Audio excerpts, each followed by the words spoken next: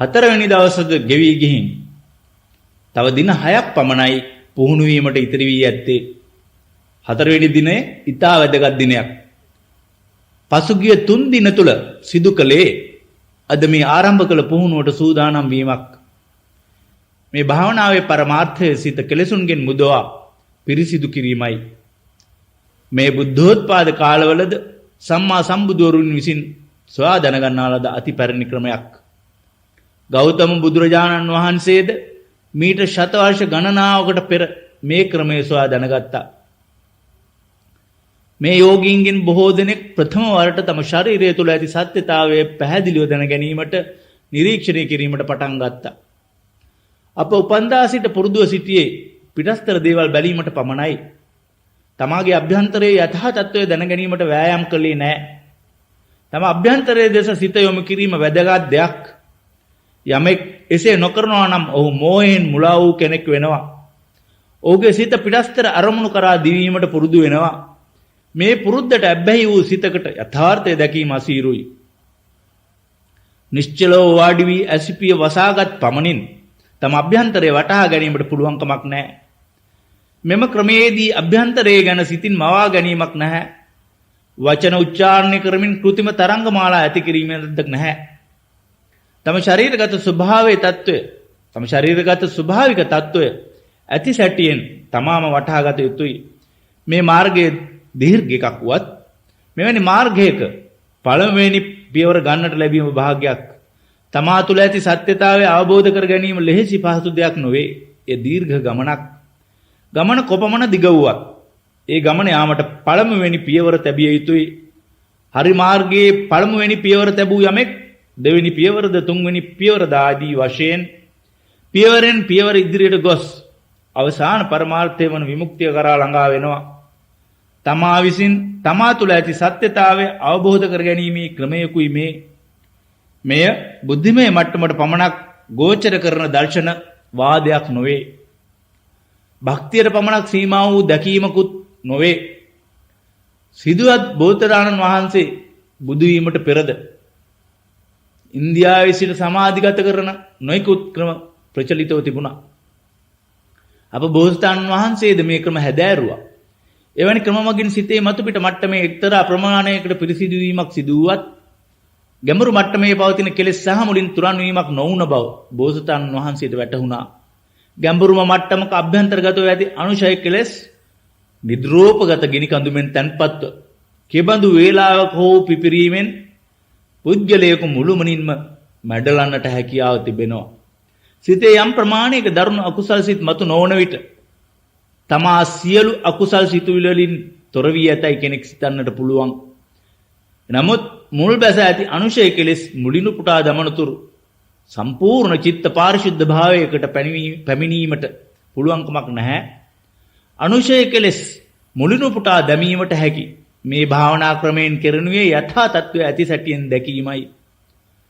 දර්ශනවාද කෙතරම් සත්‍ය වූද ඒවා පසකින් තබා බුදුවරයෙකුගේ අවබෝධ ඥාණයෙන්ම ලබාගත් අත්දැකීමකින් මේ බුද්ධි මට්ටමේ නොයෙකුත් දර්ශන මතවාද වටහා ගැනීමෙන් මතුපිට යම් තෘප්තියක් ඇති වෙනවා. නමුත් ඒ මගින් සිතේ ගැඹුරු මට්ටමට යොමු වීමක් සිදුවන්නේ නැහැ. ගැඹුරු සිත පිරිසිදු වන්නේ නැහැ. ශ්‍රද්ධාවෙන් සිදු කරන පුද පූජා නිසා කුසල් සිත් වැඩෙනවා. නමුත් ඒවාද බලපාන්නේ සිත මතුපිටට පමණයි. ගැඹුරු කරා පිවිසි එහි පවතින తত্ত্বය පිරිසිදු කිරීමක් ඒවායින්ද සිදුවන්නේ නැහැ. බුදුරජාණන් වහන්සේ විසින් දේශනා කරන ලද සතිපට්ඨාන භාවනා ක්‍රමයෙන් සිදුවන්නේ තමාම තමා පිළිබඳ සත්‍යතාවය වටහා ගැනීමයි. රූපය anu කුමක්ද? ඒ පිළිබඳව කලින් ගොඩනගාගත් අදහස් විශ්වාස ආදිය පසකින් තබා විද්‍යාඥයෙක් පරිශීලනයක් කරනවා වාගේ තමා තමාගේ ශරීරයේ දෙස බැලිය යුතුයි. හිස මුදුන සිට දෙපතුල් දක්වා මුළු සර්වාංගයම ශාරීරික සංවේදනා තුළින් හඳුනාගත යුතුයි. එසේ නැතිව ඇස පියාගෙන හිස ගැන සිතමින් මේ මගේ හිසෙයි සිටීම සිතෙහි මවාගත් අදහසක් හිස කියන ශරීර කොටසේ ඇතිවන දැරීම හඳුනාගත්තේ නැත්නම් මේ ශරීර කොටස හඳුනාගන්නේ කෙසේද? සංවේදනාවක් තිබිය යුතුමයි. එමෙන්ම මුළු ශරීරයේම සැබෑ තත්ත්වය සොයා බලන විට ශරීරයේ පුරා මතුවන සංවේදනා හඳුනාගත යුතුයි. ශරීරයේ යම් කොටසක සංවේදනාවක් හඳුනාගත් විට පමණයි තමාට එම ශරීර කොටස ගැන දැනීමක් ඇතිවන්නේ. ඒ බුද්ධිමය මට්ටමින් පමණක් ලබාගත් අදහසක් නොවේ. එය සත්‍යතාවයේ අවබෝධයෙන් වටහා ගැනීමක්. මේ සත්‍යතාවයේ සිතෙහි ගැඹුරුම මට්ටමේ පවතින තත්වයට සම්බන්ධයි. මක්නිසාද සිතෙහි ගැඹුරුම පත්ල ශාරීරික සංවේදනා සමග නිරන්තර සම්බන්ධතාවයක් පවත්වන නිසායි. මේ නිසා එක් එක් ශරීර කොටස සංවේදනා අනුවම හඳුනා ගැනීම කළ යුතුයි. සිත පිළිබඳව සලකන විට එහි සත්‍යතාවයේ සොයා බලන්නේ කෙසේද? ඇස පියාගත් පමණින් සිත ගැන දැනගන්න පුළුවන්ද? ඇස පියාගත් සැනකින්ම මීට පෙර අසා ඇති කරුණු සිතේ මතුවේයි. එවිට කෙනෙක් තම හිත දකිනවා යයි සිතන්නට පුළුවන්. නමුත් ඒසේ නොවේයි. සිත යනු කුමක්ද? සිත වටහා ගන්නට ඕනේ. එවිට අත්දැකීමේ මට්ටමින් කය ගැන දැනීමක් ඇති වෙනවා. සිත ගැන දැනගත හැක්කේ එලෙසමයි. එනම් සිතෙහි යමක් පහළ විය යුතුයි. එය ඕනෑම සිතුවිල්ලක් වෙන්න පුළුවන්. කුසල් සිතක් හෝ අකුසල සිතක් විය හැකියි. දෝමනස්ස සෝමනස්ස හෝ උපේක්ෂා සහගත සිතක් විය හැකියි. සිත හඳුනා ගැනීමට නම් ඒ මත පහළ වන දේ හඳුනා ගැනීම වැදගත්.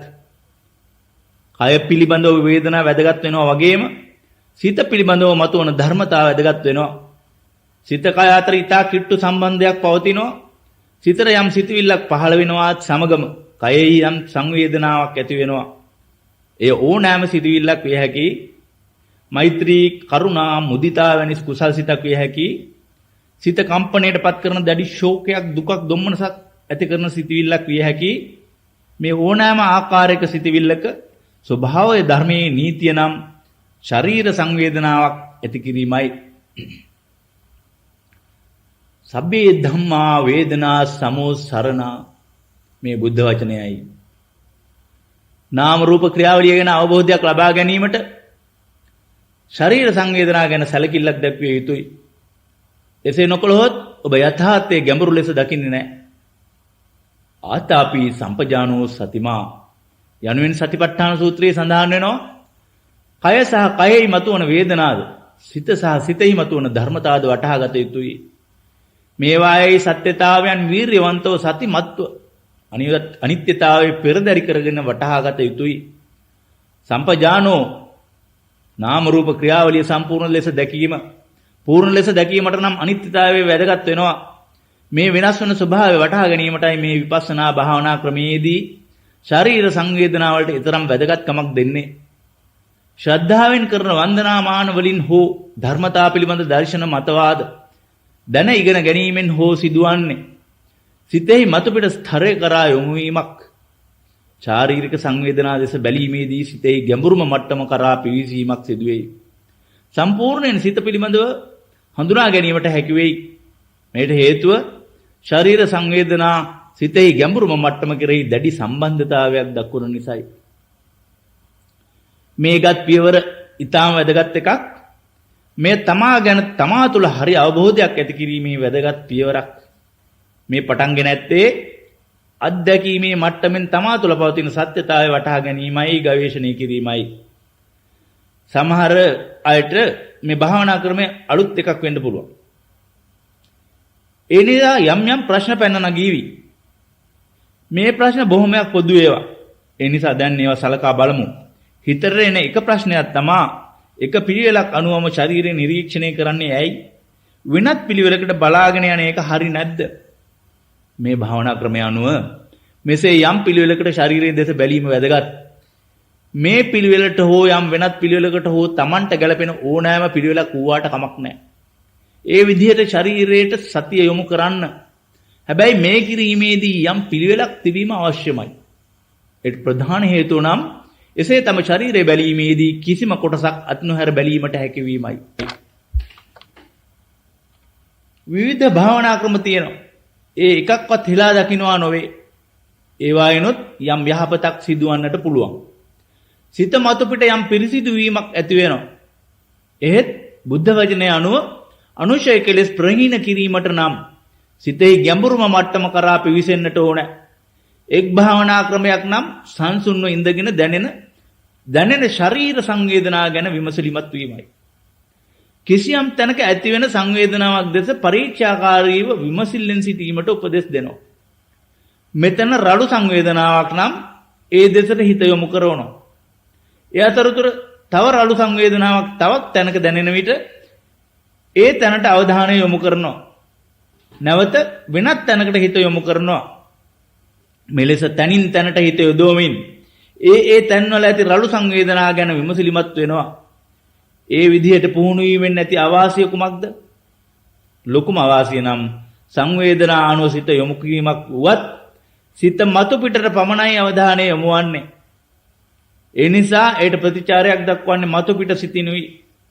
නමුත් දැඩි කැක්කුමක් ඇති වූ විට සිතේ මතු පිට මට්ටමින් පමණක් නොව ගැඹුරුම මට්ටමින්ද මේ හඳුනා ගනි. මේ ආකාරයෙන් දරුණු කැක්කුම් මතුවන තැන්වලට සිත ඇදී යයි.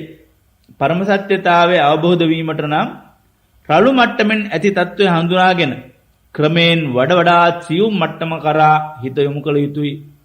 රළු සංවේදනාවලට පමණක් නොව මතුවන සෑම සංවේදනාවක්ම එකසේ හඳුනා ගැනීමෙන් වඩාත් සියුම් සංවේදනා හඳුනා ගැනීමට හැකියාව දියුණු වෙයි. එවිට සිතෙහි තියුණු භාවය වැඩි වෙයි. හඳුනා ගැනීමේ ශක්තිය දියුණු වෙයි. පිළිවෙලක් නැතිව ශරීරයේ තනින් තනට සිත යොමු කළොත් සමහර කොටස් නිරීක්ෂණයට භාජනය නොවෙන්නට පුළුවන්. මක්නිසාද ඔබේ සිත ශරීරයේ මතුවන දැඩි කැක්කුම් සහිත සංවේදනාවලට වැඩිපුර අවධානයක් යොමු කිරීමට ඉඩ ඇති නිසායි. එවිට ශරීරයේ අනිකුත් කොටස් ගැන දැනීමක් ඇති නොවන්නට පුළුවන්.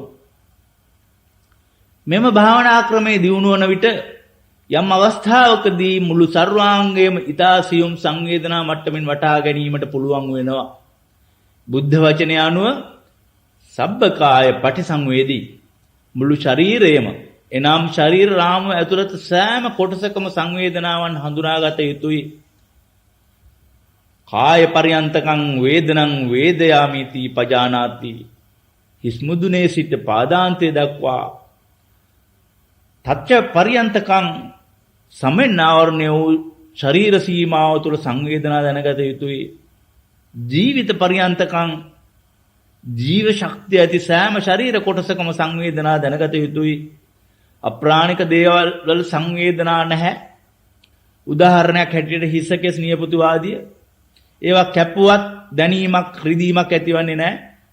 ජීව ශක්තිය ඇති සෑම කොටසකම සංවේදනා තියෙනවාමයි මේ වටහා ගත යුතුයි. කාය පරියන්තකං වේදනං වේදයාමිති පජානාති. තච පරියන්තකං වේදනං වේදයාමිති පජානාති. ජීවිත පරියන්තකං වේදනං වේදයාමිති පජානාති. මෙම උපදෙස් අනුව ශරීරයේ මොනම කොටසක්වත් අත් නොහැර බැලීම වැදගත්. යම් තැනක සංවේදනාවක් නොදැනෙනවා නම් මිනිත්තුවක් පමණ එතන නැවතී නිරීක්ෂණය කරන්න. එසේ කළ යුත්තේ ශාන්තව, ඉවසිලිවන්තව, සතිමත්ව, උපේක්ෂා සහගත සිතකිනුයි. මේ භාවනාව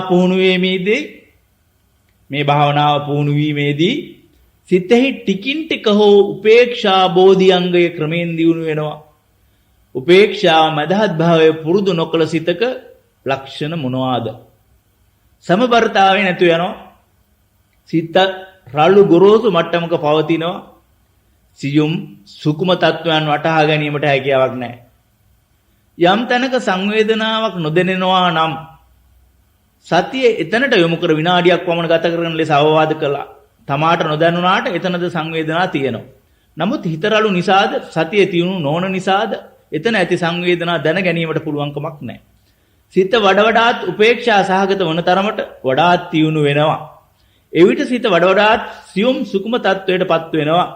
ක්‍රමයෙන් සියුම් තියුණු තත්වයටපත් වෙන සිතට ඊටාම සියුම් සංවේදනා පවා හොඳට දැනෙනවා. සිත මතු පිට මට්ටමේ සිට ගැඹුරු මට්ටම කරා විනිවිද ලෙස යොමු වෙනවා.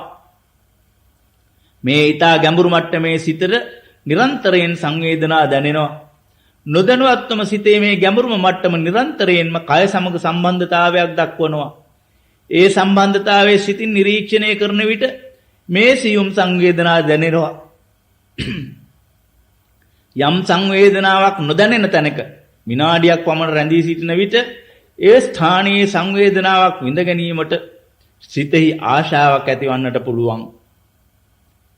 කෙසේ හෝ මෙතන සංවේදනාවක් විඳීමට මට ඕනේ. ඒ කිසිම සංවේදනයක් දැනෙන්නේ නැහැ. ඊළඟ වටේදී බලනකොට ඒ සංවේදනාව දැනුනේ නැහැ. දැන් හිස සිට පය දක්වා 10 වතාවක් පමණ බැලුවා. ඒත් කිසිම දෙයක් දැනෙන්නේ නැහැ. මෙසේ සංවේදනා විඳීමට සිත තුළ තද ආශාවක් ඇති වෙනවා. ඉබ්බඳු ලෝභ මූල සිතක සමවර්තාවයක් නැහැ. සංවේදනා දැන ගැනීමට පුළුවන් කමක් නැහැ. එලෙසම ද්වේෂ මූල සිතකුත් ඇතිවන්න පුළුවන්. මෙතන මොන දෙයක්වත් දැනෙන්නේ නැහැනේ. කීප වරක්ම හිස සිට පය දක්වා සිත යොමු කෙරෙව්වා. දැන් දවස් දෙකකුත් ගත වුණා. මේ කොටස ගල් ගැහිලා වගේ. කිසිම සංවේදනාවක් දැනෙන්නේ නැහැ. මේෂයේ තරහව ඇති වෙනවා. මේද සමබරතාවයේ නැති සිතක්, සියුම් සංවේදනා හඳුනා ගන්නට බැරි සිතක්. ඒ නිසා නිතරම මදහත් උපේක්ෂා සහගත සිතක් ඇති කරගත යුතුයි. සංවේදනාවක් දැනෙන්නේ නැත්නම් ඒ මුණාවේ කමක් නැහැ. කියපු විදිහට මිනිත්තුවක් පමණ බලනවා. ඒත් නෑ, කමක් නෑ. මේ தত্ত্বය වෙනස් වෙයි. කිසිම දෙයක් සදාකාලික නෑ. කිසි දෙයක් සදාකාලික නොවන බව ඊටාම සමබර සිතකින් පිළිගන්නවා. හිස සිට පය දක්වා ඊළඟ වතාවෙත් සතිය යොමු කරන විට මතුවන්නේ කුමක්දයි කියා මදහත්ව බලා සිටිනවා. මෙසේ ක්‍රමක්‍රමයෙන් සිතේ උපේක්ෂා භාවය වඩන විට සිත තියුණු වී සියුම් වෙනවා. එවිට රළු ගොරෝසු මතු පිට තත්වයේ සිට වඩාත් අභ්‍යන්තරයේ කරා කිඳා වැස සියුම්ම මට්ටම කරා සිත විනිවිද යන ලෙස යොමු වෙනවා. උපේක්ෂා සහිත සිතකින් සංවේදනා නොදැනුණු කොටස් දෙස බලන විට බොහෝ ඉක්මනට මුළු ශරීරයේම සංවේදනා දැනෙන්නට පටන් ගන්නවා. තද රළු වේදනා සමග ගැටෙමින් තනින් තන මතුවන එම රළු සංවේදනා කරා පමණක් සිත යොමු කිරීමට පුරුදු වුවොත් රළු සංවේදනා දැකීම පමණයි සිදුවන්නේ. සිත ගැඹුරු මට්ටම කරා යොමු වන්නේ නැහැ. රළු ගොරෝසු මට්ටමේ සංවේදනා පමණක් වටහා ගැනීමෙන් සිත පත්ලට යොමු වන්නට බෑ. සියුම් සංවේදනා හඳුනා නොගන්නවා නම් ඕලාරික තත්වයේ සිට සුකුම තත්වයේ කරා පිවිසීමක් වන්නේ නැහැ. අවවාද දුන් ලෙස පුහුණු කරන විට මුළු ශරීරය පුරාම සියුම් සංවේදනා මාලා දැනෙන අවස්ථාවක් උදා වෙනවා. ශරීරයේ පුරා ඝන ගතියෙන් තොර ඒකාකාර සියුම් සංවේදනා දැනෙන මේ අවස්ථාවේදී මුළු පංචස්කන්ධයම අස්ථිර බව වැටහෙයි. මේ මගින් ක්‍රමක්‍රමයෙන් භංග ඥානයේ තහවුරු වෙයි. හිස සිට පය දක්වා සිත ගමන් කරවන්න. තවත් ප්‍රශ්නයක් නම් පිළිවෙලින් හිත යොමු කරගෙන යද්දී නිරීක්ෂණය කොට හමාර කළ කොටස තුල හෝ ඉදිරියට නිරීක්ෂණය කිරීමට ඇති කොටස තුල තද වේදනාවක් ඇතිවන්නට පුළුවන්. එවිට එකෙනෙහිම සිත එතනට යොමු කළ යුතුයද? එහෙම කරන්න එපා. එතනට පනින්න එපා. එහෙම වුණොත් ඔබ නැවත වතාවක් කිසි පිළිවෙලක් නැතුව හිත තනින් තනට යොමු කිරීමට පුරුදු වෙනවා. පුරුදු පිළිවෙල කඩන්න එපා. පිළිවෙලින්ම බලාගෙන යද්දී ඒ තද වේදනා ඇති වූ තැනට පැමිණෙන විට ඒ නිරීක්ෂණය කරන්න. මේ වන විට කලින් තිබූ සංවේදනාව දැනෙන්නේ නැත්නම් හෝ වෙනස් වී ඇතනම් ඒ එසේ පිළිගන්න. පුරුදු පිළිවෙලටම සිහිය ගමන් කරවන්න මේ විදිහට පුහුණු වීම ප්‍රයෝජනවත්. තවත් ඇති වෙන ප්‍රශ්නයක්. හිස සිට පය දක්වා සිහිය යොමු කරන විට කොපමණ වේලාවක් ගත යුතුද? මේ සඳහා નિયમિત වේලාවක් නැහැ. එක් එක් පුද්ගලයා අනුව ඒ වෙනස් වෙනවා. එකම පුද්ගලයාට වුවත් ගතවන වේලාව වෙනස් වන්නට පුළුවන්. ඇතැම් විට හිත ඊටාම රළුයි, සියුම් සංවේදනා දැනෙන්නේව නැහැ. ශරීරයේ සියුම් සංවේදනා පවතින අවස්ථාවකදී සිත ගොරෝසු නම් මේවා දැනෙන්නේ නැහැ. එවිට විනාඩියක් පමණ එතන නැවතී නිරීක්ෂණය කරන්න. සංවේදනාවක් දැනුණත් නොදැනුණත් ඉදිරියට සිහිය යවන්න. මෙසේ පුහුණු වන විට මුළු ශරීරයේ පුරාම සිහිය යොමු කිරීමට විනාඩි 30ක් පමණ ගතවන්නට පුළුවන්. සමහර වෙලාවට පැයක් වෙන්නත් පුළුවන්. හිත තියුණු නම් සියුම් නම් හිත යොමු කරන සෑම තැනකම සංවේදනා ක්ෂණිකව දැනෙන්නට පටන් ගන්නවා. එවිට ඉක්මනින් ඉදිරියට හිත ගමන් කරවීමට හැකි වෙනවා. මෙවැනි අවස්ථාවකදී ශරීරයේ පුරාම ක්‍රමවත්ව සිහිය යොමු කරවීමට විනාඩි 10ක් පමණ ගත වෙන්නට පුළුවන්. පුහුණු වීමට පටන් ගැනීමේදී විනාඩි 10කටත් අඩු කාලයක් ගැනීම ඉක්මන් වැඩි. එහෙම කළොත් සමහර කොටස් අත්හැරෙන්නටත් පුළුවන්. ඒ නිසා දල වශයෙන් විනාඩි 10ක් පමණ ගත කරන්න. ඊට වඩා කාලය ගත වෙනවා නම් ඒත් කමක් නැහැ. මේ දවස් 10 තුල ක්‍රමයෙන් ඉදිරියට යන විට નિરાයාසයෙන්ම හිත ඉක්මනින්ම ශරීරය පුරා ගමන් කරවීමට පුළුවන් වෙනවා.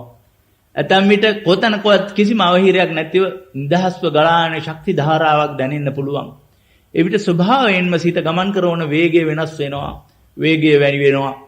මේ වරදක් නැහැ. එනමුත් දැනට ඊතරම් වේගයකින් හිත ගමන් කරවන්න එපා. තවත් ප්‍රශ්නයක් නම් පරීක්ෂා කරන කොටස කොතරම් ලොකු විය යුතුද?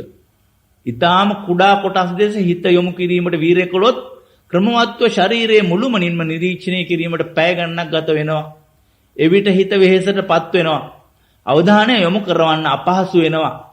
ඒ නිසා දැනට අඟල් 2ක 3ක ප්‍රමාණයට සිත යොමු කිරීම සෑහෙනවා. පසුව තව ඉදිරියට පුහුණු කරගෙන යද්දී මුළු ශරීරයේම විවෘත වී සියුම් සංවේදනා දැනෙන්න පටන් ගන්නවා. එතෙක් අඟල් 2 3 පමණ කොටස් බලන්න. කෙනෙකුගේ හිත ඊටා ගොරෝසු නම් ලොකු කොටස් වශයෙන් පරීක්ෂාවට භාජනය කරන්න. උදාහරණයක්, එක්වරම මුළු හිස් කබලම මත දැනෙන සංවේදනා නිරීක්ෂණය කරන්න. එසේ නැතිනම් සම්පූර්ණ මූණ හෝ එක් අතක් වැනි තරම්ක ශරීර අංග වෙත සිත යොමු කරන්න. මෙහෙම කිහිප වාරයක් නිරීක්ෂණය කරන්න.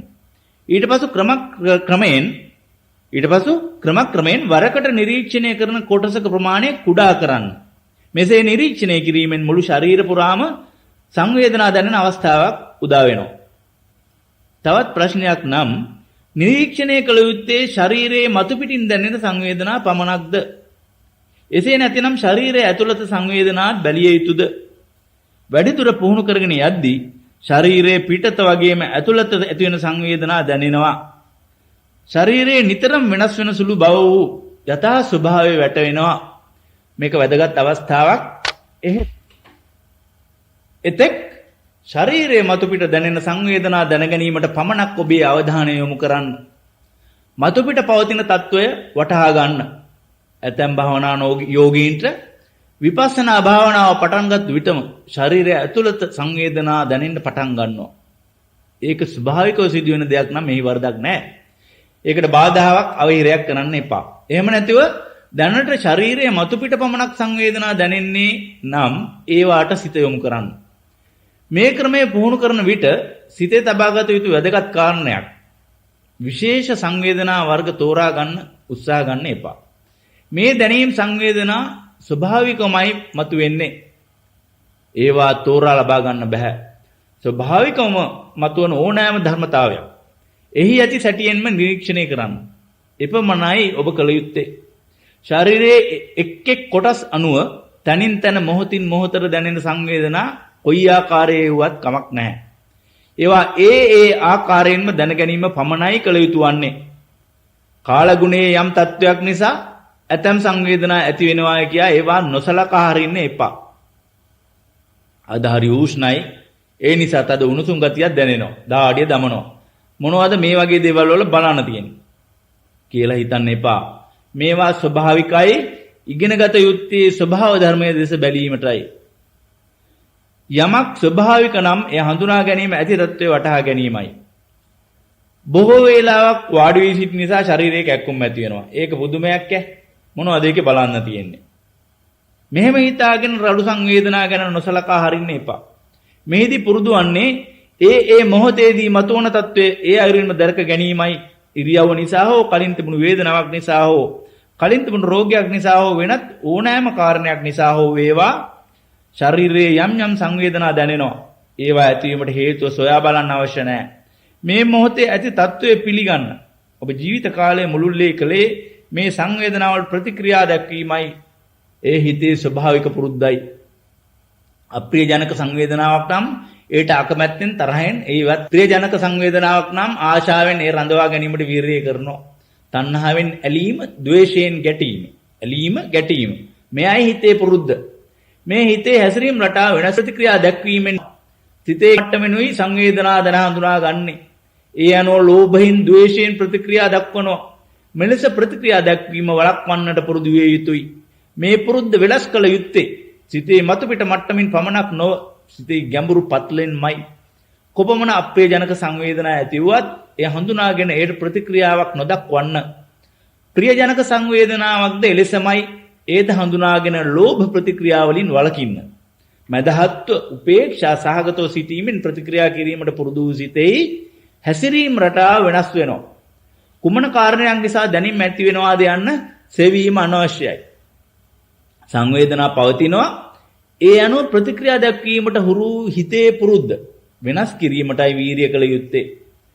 සංවේදනා දැනීම හමුවේ මදහත්ව උපේක්ෂා සහගතව සිටින්න මේ භාවනා ක්‍රමයේ හරය මෙයයි.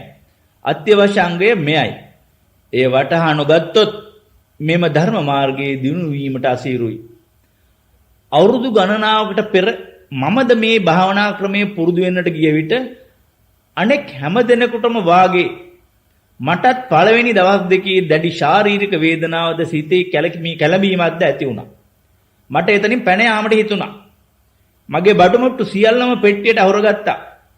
ඌබාකින් ගුරුතුමාගේ අනුදැනුම යටතේ පවත්වාගෙන ගිය ඒ භාවනා මධ්‍යස්ථානයේ නීති රීති කඩකිරීමට ඉඩක් නැහැ. මධ්‍යස්ථානයට ඇතුළු වූ කෙනෙකුට දස දිනක් ගත වී පාඨමාලාව නිමවනතුරු ඉවතට යාමට දෙන්නේ නැහැ. ඒ මදිවට මධ්‍යස්ථානයේ තාප්පයකින් වට කරලා ගේට්ටුව හලේ අතුරු දමලා ඉවතට යාමට කොහෙත්ම බෑ. මම ඊළඟ දවසේ නම් යනවාමයි කියා හිතාගත්තා. කෙසේ හෝ පැනලා යන්නයි මට හිතුනේ. මගේ රියදුරා සමග සියල්ලක්ම සලසා ගත්තා. ඔහු වාහනේ ගෙනත් තාප්පෙට එහා පැත්තෙන් තියාගෙන ඉන්නකොට මම කොහොම හරි තාප්පෙන් පිටතට පනිනවා කියලා තීරණය කරගත්තා. විපස්සනා භාවනාව පටන් ගන්නා බොහෝ දෙනෙකුට මෙවැනි බරපතල සිත් කැළඹීම් ඇති වෙනවා. විශේෂයෙන්ම වෙනත් සම්ප්‍රදායන් අනුගමනය කොට ඇති අයට මෙවැනි සිතිවිලි ඇති වෙන්න පුළුවන්. මේක හරිම නිෂ්ඵල දෙයක්. මොනවද මම මේ කරන්නේ? මොකද්ද මට මේකේ නැති වෙන යහපත? මෙහෙම සිතිවිලි ඇති වුණත් මගේ වාසනාවට භාග්‍යයට මම පැනලා ගියේ නෑ. දස දිනම නැවතී හිටියා. ගුරු උපදෙස් එපරිද්දෙන්ම පිළිපැද්දා. මෙසේ හිත හදාගත්තා. හොඳයි මාත් මේ ගැන අවංක අත්හදා බැලීමක් කරන්නම්. බොහෝ දෙනෙකුට යහපතක් සිදු වෙනවා නම් මාත් බලන්නම් මට මොකද වෙන්නේ කියලා. ගුරු උපදෙස් අකුරටම පිළිපැද්දා. බලාපොරොත්තු නොවූ තරමට ඒ දස දින තුල පුහුණුවෙන් යහපතක් සිතක් ලැබුවා. කෙනෙකුට යම් වටිනාදයක් ලැබුණම ඒ තමාට පමණක් සීමා කරගෙන සිටීමට හිතක් ඇතිවන්නේ නැහැ. ඒ අනිත් අයටත් බෙදා දීමට කැමැත්තක් ඇති වෙනවා.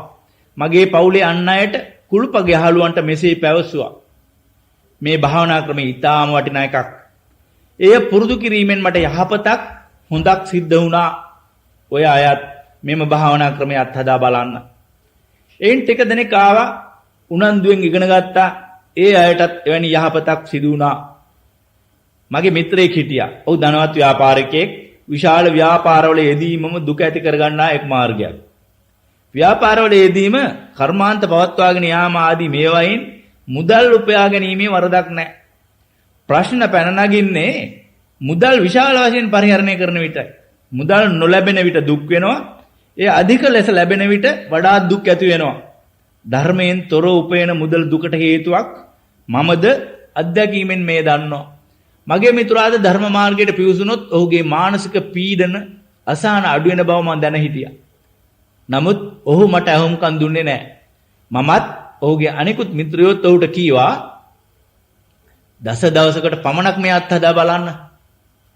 අන්තිමට අවුරුදු 1.5 පසුව දස දින පාඨමාලාවකට සහභාගී වුණා. මේ යෝගීන් පුහුණු වන්නාසේ දවස් 3.5 ආනාපාන සති භාවනාව පුහුණු කළා. 4 වෙනි දවසේදී ඔබ සියලු දෙනාම කළසේ විපස්සනා භාවනාව පටන් ගත්තා. 5 වෙනි දවසේ ගුරුතුමා ශිෂ්‍යයින් පරීක්ෂා කරන්නට යනවා. භාවනාවට හිතකර ලෙස ක්‍රමානුකූලව සාදා ඇති මේ භාවනා මධ්‍යස්ථානයේ සෑම යෝගියෙක්ම හුදකලාව කුඩා කුටිවල නවාතන්ගෙන ශුන්‍යාගාරවල තනිව භාවනාව පුහුණු කරනවා. ඉන්දියානු ශිෂ්‍යයින් පරීක්ෂා කරන සෑම විටම මගේ ගුරුතුමා යන විට පරිවර්තනය කිරීමට මාව කැඳවාගෙන යනවා. මගේ මිත්‍රයා භාවනා කරන ශුන්‍යාගාරයට අපි ගියා. දොරට තට්ටු කළා. ඔහු දොර ඇරියා. අපි ඇසි පළමු වෙන ප්‍රශ්නේ මෙයයි. ඔබට මොනවා හරි ශරීර සංවේදනා දැනෙනවද? ඔව් පවසනවා. මොන දැනීමක්ද? මොනවත්ම දැනෙන්නේ නැහැ. මොනවත් දැනෙන්නේ නැහැ. මට ඔහු පෙනුනේ මෙහෙමයි. කමිසයත් ගලවලා, යට බැනියමත් ගලවලා, සරම කැහැපට ගහගෙන දාඩිය වගුරුවාගෙන ඉන්නවා. හොඳට දාඩිය දානව නේද? මම ඇහුවා. ඔව් පිළිතුරු දුන්නා. ඔව් ඔව් මේ පුංචි කුටිය හරිම රස්නේ. දාඩිය වැක්කිරෙනවා. එහෙනම් හොඳයි. ඔයාට උණුසුම දැනෙනවා, දාඩිය දැමීම දැනෙනවා. කොපමණ හොඳද? ඒ දැනීම් දැක ගන්න. මම එහෙම කියනකොට අපි ඔහුට විහිළුවක් කරනවාදයි සිතන නේද? අපේ මූණු දෙස බැලුවා. මොනවා? මේ රස්නේ අත්හදා බලන්නද? මේ දහඩිය ගැන දැනගන්නද මම මෙතෙන්ට ආවේ? සර්ව බලධාරී දෙවියන් වහන්සේ ගැන අත්දැකීමක් ලබන්නට හෝ මගේ ආත්මය ගැන වටහා ගන්නට කියනවා නම් එහි යම්කිසි අර්ථයක් තියෙනවා. මම මෙතෙන්ට ආවේ දහඩිය වැగిරෙන මේ පිළිකුල් ශරීරයේ දෙස බලන්නද? මොනවද ඒකේ බලන්න තියෙන්නේ? එවිට ඔහුට මෙසේ පහදා දුන්නා. මේ භාවනා ක්‍රමය එහෙම තමයි. මෙතෙක් කල් කලේ මෙවැනි දේවල් දැනෙනකොට ඒවට ප්‍රතික්‍රියා දක්වීමයි. සිතේ ඒ පරණ පුරුද්ද අත්හරින්න ඉගෙන ගන්න. ප්‍රතික්‍රියා දක්වන්න එපා. එහෙම වුණත් ඔහු පිළිගත්තේම නැහැ. හැමදාම ඔහුගෙන් ඇසුවේ එකම ප්‍රශ්නයයි මොනවද දැනෙන සංවේදනා. ඊට ඔහුගෙන් ලැබුණ පිළිතුර නම් කිසිම විශේෂ දෙයක් දැනෙන්නේ නැහැ. මොනවා හරි විශේෂ දෙයක්මයි ඔහු බලාපොරොත්තු වෙන්නේ. ඔහු හිතන විදියට දහඩිය උෂ්ණත්වයේ කැක්කුම මේ සියල්ලකම විශේෂත්වයක් නැහැ. මේවා සමදාම සිදුවන දේවල්. ඉතින් මොකක්ද ඒවයි ඇති විශේෂත්වය?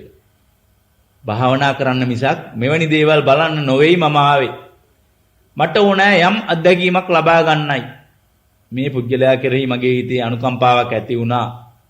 දහඩිය දැමීම, උෂ්ණත්වය වැනි දැඩි ශාරීරික දැනීම් ඔහුට දැනුණත් ඒවා පිළිබඳව ඔහුට කිසිම අවබෝධයක් තිබුණේ නැහැ. මේ භාවනාව හදාරපු අය යම් යහපතක් ලබා සතුටින් සිටින හැටි දුටු මොහු අවුරුද්දකට පමණ පසු නැවත පැමිණියා.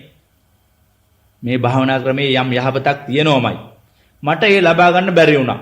තව එක වතාවක් මට ඉඩ දෙන්න. ඔය අය මට උෂ්ණත්වය බලන්න කියනවා නම් ඔව් වෙන කිසි දෙයක් නොබලා මම මේක බලන්නම්.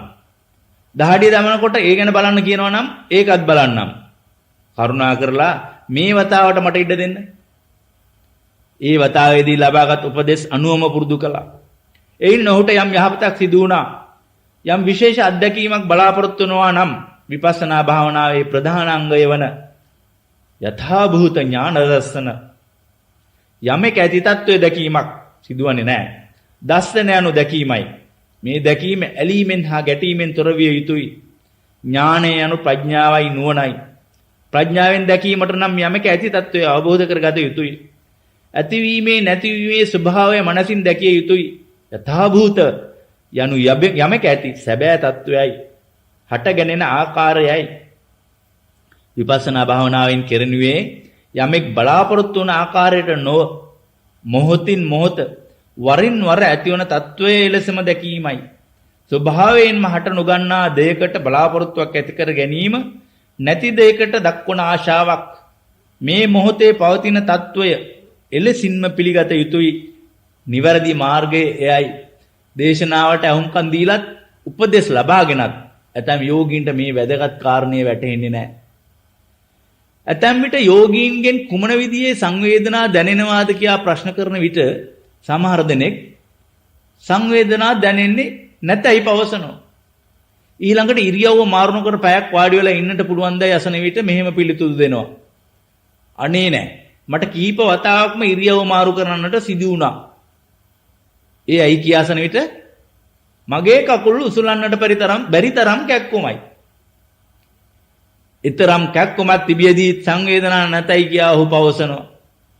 ඔහුට වැටෙන හැටියට දැඩි රළු කැක්කුම් ශරීර සංවේදනා නොවේ. මෙවැනි රළු ගොරෝසු කැක්කුම් වලට වඩා තදබල සංවේදනාවක් දැනීමක් තවත් තියෙනවද? එසේ වුවත් සංවේදනා දැනුනේ නැහැ කියනවා. තුන්වෙනි දවසේ දුවත් නාස්පුඩු වලට පහලින් උඩුතලට උඩින් නැති ඒ කුඩා කොටසේ සංවේදනා දැනෙනවාදයි අසන විට ඒ කොටස කසන බග අඟවනවා. නමුත් කිසිම සංවේදනාවක් නැතයි කියනවා. ඔහු ඒ අවබෝධ කර නොගත්තාට කැසීමද රළු සංවේදනාවක්. තව කෙනෙක් මෙසේ පවසනවා. මට හැම දෙයක්ම දැනෙනවා. කැක්කුම, පීඩණය, බරගතිය, දැවිල්ල, දහඩිය, නාඩි වැටෙන ගතිය, සීතල ගතිය හැමදේම. නමුත් සංවේදනා නම් දැනෙන්නේ නැහැ. අයියෝ මෙහෙම කියන්නේ. විශේෂ අත්දැකීමක් ඔහු බලාපොරොත්තු වෙන නිසා. බොහෝ දෙනෙක් භාවනාවට පැමිණෙන්නේ මෙවැනි බලාපොරොත්තුවක් ඇතිවයි. විශේෂ ප්‍රීතියක් ප්‍රමෝදයක් ලැබීමට බලාපොරොත්තු වෙනවා. එවැනි සුඛ වින්දන නොලැබුණ විට හිත කලකිරීමටපත් වෙනවා. ප්‍රවේශම් වන්න හොඳින් වටහා ගන්න. යථා තත්ත්වයේ තේරුම් ගැනීමයි අවශ්‍ය. ස්වභාව ධර්මයේ නීතිය තේරුම් ගැනීමයි අවශ්‍ය. මේ භාවනා ක්‍රමයෙන් අවබෝධ කරගත යුත්තේ ස්වභාව ධර්මයේ සැබෑ තත්ත්වයයි. එනම් සියලු වස්තුන්ගේ අනිත්‍ය ස්වභාවයයි. මේ වැටහීමෙන් යුතුව ජීවත් වීමෙන් සිතෙහි දුක අසහනය අඩු වෙනවා. යමෙක් ස්වභාව ධර්මයේ නීතිය තේරුම් නොගත්තොත් ක්‍රියා කරන්නේ ඊට විරුද්ධවයි පටහැනිවයි. එවිට එම නීතියම අයහපත් ප්‍රතිවිපාක ගෙන දෙනවා. සිතේ අසහනය දුක වැඩි වෙනවා. මේ බුද්ධියට ගෝචර කිරීමෙන් පමණක් වටහා ගන්න බෑ. බුද්ධිමය වැටහීම බලපාන්නේ සිත මතු පිටට පමණයි. බුද්ධිමය වැටහීම සිතේ ගැඹුරු මට්ටම කරා බලපාන්නේ නැහැ. බුද්ධිය සිතේ ගැඹුරු මට්ටම සමග සම්බන්ධතාවයක් දක්වන්නේ නැහැ. බුද්ධියෙන් දෙන අනපරිදි සිතේ ගැඹුරු මට්ටම ක්‍රියා කරන්නේ නැහැ. ගැඹුරු මට්ටමේ සිත ක්ෂණිකව ප්‍රතික්‍රියා දක්වන්නේ සහජයෙන් ඇති වූ පුරුද්ද අනුවයි. සංසාරයේ දීර්ඝ කාලයක් තුළ එක්රැස් කරගත් කෙලෙස් මල සහිත හිතේ ගැඹුරු මට්ටම වෙනස් කරන්නේ කෙසේද? ඒ කල යුත්තේ සංවේදනා උපයෝගී කරගෙනයි. මතුවෙන ඕනෑම සංවේදනාවක් සතියෙන් හඳුනාගෙන මදහත් භාවයෙන් උපේක්ෂාවෙන් යුතුව ඒ දෙස සිත යොමු කරන්න. මෙමගින් ක්ෂණිකව ප්‍රතික්‍රියා දක්වීමේ හිතේ පරණ පුරුද්ද වෙනස් වෙනවා. යම් මොහතක මතුවන සත්‍යතාවය එලෙස වටහා ගැනීමෙන් ස්වභාව ධර්මයේ නීතිය වන අනිත්‍යතාවය වටහා ගැනීමට හැකි වෙනවා. මේ යථාර්ථය මතයි. සිතින් මවාගත් දෙයක් මත නොවේ. අත්දැකීමට ලක් නො වූ දෙයක් මත නොවේ. මවා ගන්නා දෙයක් සත්‍ය වන්නේ කෙසේද? මේ මොහොතේ පවතිනවා වෙන එය යථාර්ථය දැකීමක් නොවේ. එනිසා සෑම පියවරකදීම ඇති සැටියෙන් වටහා ගැනීමම කළ යුතුයි. යථාර්ථයේ එනවමයි ඒ අනුවමයි වටහාගත යුත්තේ. යථාර්ථය ඒ අනුවමයි වටහාගත යුත්තේ. ඒ හැර යම් බලාපොරොත්තුවක් මත මවා ගැනීමක් නොකළ යුතුයි. සම්පූර්ණ විශ්ව නීතිය කුමක්ද යන්න වටහා ගැනීමට වෑයම් කළ යුතුයි. සිදුහත් කුමරු රජ පවුලකට අයත් වුවත් උත්පත්ති ලැබුණේ ගසක් යට එලිමහනේදී. උන්වහන්සේ බෝසත් අවදියේ අඳුරු ලෙන්නාදී භාවනා කළත් කෙලසුන් නසා බුද්ධත්වයට පත් වූයේ ගසක් යට එලිමහනේදී. සියලු සතුන් වෙත පතල මහා කරුණාවෙන් ඒ සොයාගත් දුකින් මිදීමේ මාර්ගයේ පරම වරට දේශනා කරන ලද්දේ ගසක් යට එලිමහනේදී. පුරා අවුරුදු 45ක් තිස්සේ දුකින් පෙළෙන සත්වයා කෙරෙහි මෛත්‍රියෙන් සේවය කරමින් අවුරුදු 80ක් ආයු වළඳා උන්වහන්සේ පිරිනිවන් පෑවේ ගසක් යට එලිමහනේදීය. මේ අයුරින් උන්වහන්සේගේ ජීවිතයේ වැදගත් අවස්ථා හතරම සිදු වූයේ ස්වභාව ධර්මයේ ඇසුරේදී. උන්වහන්සේ ස්වභාව ධර්මයේ නීතිය කුමක්දයි බුදු වශයෙන් වටහාගත්සේක. පිටස්තර ලෝකයේ ලෙසම පංචස්කන්ධය කෙරෙහිද බලපාන්නේ එකම නීතියයි. බාහිර ලෝකයේ ගැන දැනීම බුද්ධි මට්ටමින් ලබා ගන්නට පුළුවන්. පංචස්කන්ධයේ යථා තත්ත්වය වටහාගත හැක්කේ ඒ තුලින්ම කෙරෙන නිරීක්ෂණාත්මක සොයා ගැනීමෙන්ය. කනට ශබ්දයේ ස්පර්ශ වූ විටයි ඇසීමක් ඇතිවන්නේ. ඇසට රූපයක් ස්පර්ශ වන විටයි පෙනීම ඇතිවන්නේ. එක් එක් ඉන්ද්‍රියකට අදාළ අරමුණු ඒ ඉන්ද්‍රියන් සමග ස්පර්ශ වුණොත් පෙනීම ඇසීම ආදී දේ සිදුවන්නේ නැහැ. ඇස කන ආදී පංචේන්ද්‍රයන් නැත්තේ ශරීර රාමුවේ. නාමය දෙනම් සිතද ශරීරයට සම්බන්ධයි. බාහිර අරමුණු සිත සමග සහ පංචේන්ද්‍රයන් සමග ස්පර්ශ වෙයි. එවිටයි ඒවා පිළිබඳ අත්දැකීමක් වැටහීමක් සිතට ඇතිවන්නේ. තමාගේම අත්දැකීම අනුව මේ අරමුණු ගැන අවබෝධයක් නොලැබුවොත් ඒ බුද්ධි මට්ටමට පමණක් සීමාවක් ඌ දැනීමක් වෙනවා. එවිට කරුණු විශ්ලේෂණය කරන්නට බලනවා. මේ මගින් සත්‍ය තත්වයේ ගැඹුරු ලෙස වටහා ගන්නට බෑ. ඒ නිසා කෙනෙක් තම අත්දැකීම අනුව ශරීර රාමුව නිරීක්ෂණය කළ යුතුයි. රළු ගොරෝසු මට්ටමේ සිට සියුම් තත්ත්වය වටහා ගැනීම සඳහා කය කෙරෙහි සිත විනිවිදව යොමු කළ යුතුයි. ක්‍රමවත්ව කොටස් අනුව සලකා මෙලෙස කරන නිරීක්ෂණයෙන් ඝන ගොරෝසු තත්ත්වයේ සිට වඩාත් සියුම් තත්ත්වය දක්වා මොහොතකටවත් එක ලෙස නොපවතින ක්ෂණිකව වෙනස් වන නාම රූප ස්වභාවය අවබෝධ වෙයි. බුදු ඇසින් වටහා ගත්තේද මෙයයි.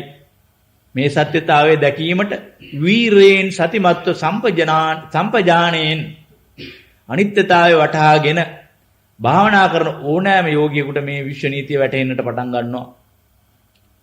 ස්වභාව ධර්මයේ මූලික නීතිය වන මේ වෙනස් වීමේ ස්වභාවය අනිත්‍යතාවය යෝගියෙක් පළමුවෙන්ම අත්දැකීමෙන් වටහා ගන්නවා. යමක් සිදු වෙනවා, ඒ නැති වී යනවා, නැවතත් යමක් සිදු වෙනවා, ඒද නැති වෙනවා, ඇති වෙනවා, නැති වෙනවා. මේ හට ගැනීම නැතිවීම, උත්පාද වය මේ ක්‍රියාවලිය නොනවතී සිදු වෙන දෙයක්. මේ නාම රූප ස්කන්ධයේ මොනම දෙයක්වත් ස්ථිර වශයෙන් පවතින්නේ නැහැ. බඳුනක උතුරන යලය වාෂ්ප වී යන්නාසේ මේ නිරන්තරයෙන්ම වෙනස් වන ක්‍රියාවලියක්. වෙනස් වීමකින් තොර වූ නිත්‍යතාවයක් ඇතැයි පවසන්නට බෑ. හැම මොහොතකම යම් වෙනස් වීමක් ඇති වෙනවා. යම් හේතුන් නිසා හට ගැනීමක් ඇති වෙනවා. බහෝ තවත් පැහැදිලි වන කාරණයක් නම් යමක් හටගන්නේ අහම්බෙන් නොවේ. මේ ලෝකයේ කිසිම දෙයක් හේතු රහිතව සිදුවන්නේ නැහැ. සිදුවන හැම දෙයකටම එක් කරුණක් හෝ ඊට සම්බන්ධ වන කරුණ රසක් බලපායි. යම් හේතුවක් නිසා ඵලයක් ඇති වෙයි. ඒ ඇති වූ ඵලය නිසා නැවතත් හේතුවක් හටගනී. මෙයයි හේතුඵල ධර්මතාවය. මේ අනුව මෙම භව චක්‍රයේ ක්‍රියාවලිය රෝධයක් පෙරලී යන්නක් මෙන් නොකඩවාම ඉදිරියට සිදුවේ. තවත් පැහැදිලි වන සත්‍යතාවයක් නම් හේතුව අනුවමයි ඵලය ඇතිවන්නේ. බීජය හැටියට තමයි ඵලයත්. පිටස්තර ලෝකෙට බලපාන මේ නීතියමයි ශරීරය තුලත් පවතින්නේ. අභ්‍යන්තරයටද බාහිරයටද මේ නීතිය සාධාරණයි. මෙම උදාහරණය බාහිර ලෝකයට සම්බන්ධ එකක්. එකම පසේ බීජ දෙකක් පැල කරනවා. එකක් උග්ගසක බීජයක්, අනෙක තිත්ත කොහොඹ ගසක ඇටයක්. මේ දෙකටම ස්වභාවික පරිසරයෙන් සැපෙන්නේ එක හා සමාන පෝෂණයයි. එකම පස, එකම ජලය, එකම හිරුවෙලිය, එකම වාතය. බීජ දෙකෙන්ම කුඩා පැල ඇටි හට ගන්නවා. උප්පලයේ ස්වභාවය කුමක්ද? එහි හරය දක්වාම පැණි රසයි. කොහොඹ ගසට කාවැදී ඇත්තේ තිත්ත ගතියයි. මෙවැනි විශාල වෙනසකට හේතු වූයේ මොන කාරණයක්ද?